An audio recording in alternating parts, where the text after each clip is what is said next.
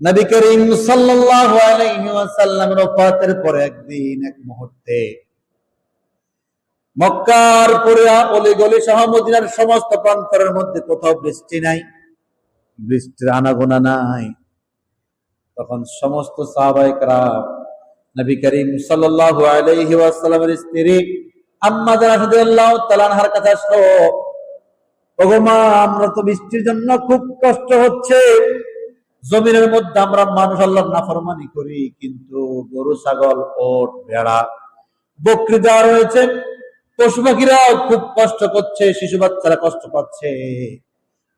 আমাদের এখন কি উপায় রয়েছে? বৃষ্টি তো হচ্ছে না, দোয়া তো আমরা কম করছি না আল্লাহর দরবারে, কিন্তু দোয়া কবুল হচ্ছে না।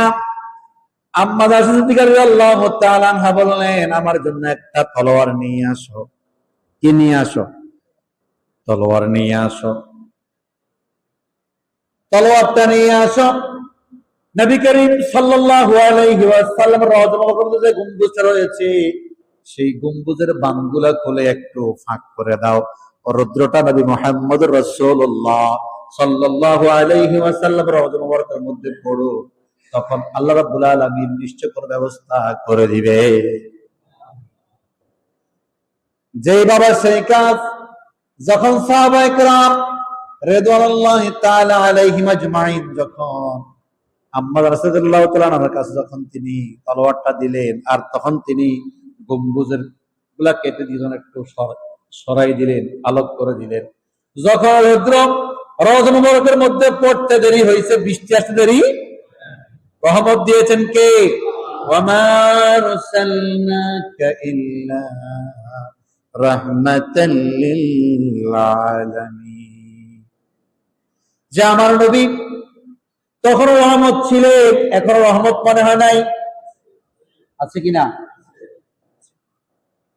এখনো রহমত তিনি আমাদের জন্য, কারণ তিনি আসমানে ঘুমান নাই, আরশে আজিমে তিনি ঘুমান নাই। তিনি ঘুমিয়েছেন কোথায়? জমিনে। কোথায় ঘুমিয়েছেন?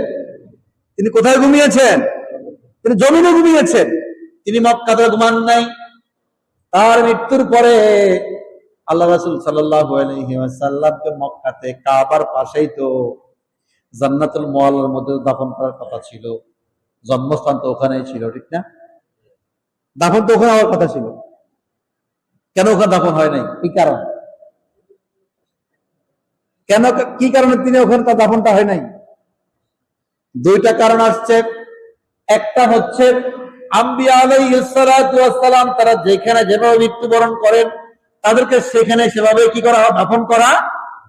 ওখানে তো নড়াচড়া করানো হয় না।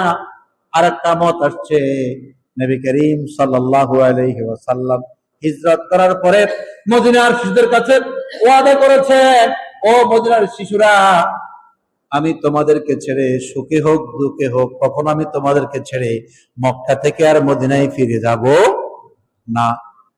নবী করিম সাল্লাল্লাহু আলাইহি ওয়াসাল্লাম ওই মদিনার শিশুদের সঙ্গে যে ওয়াদা করেছেন, ওই ওয়াদা রক্ষার জন্য তিনি আর তার দাফনটাকে তিনি মক্কায় যান নাই, মদিনার মধ্যে সমাহিত করতে আদেশ করে দিয়েছেন।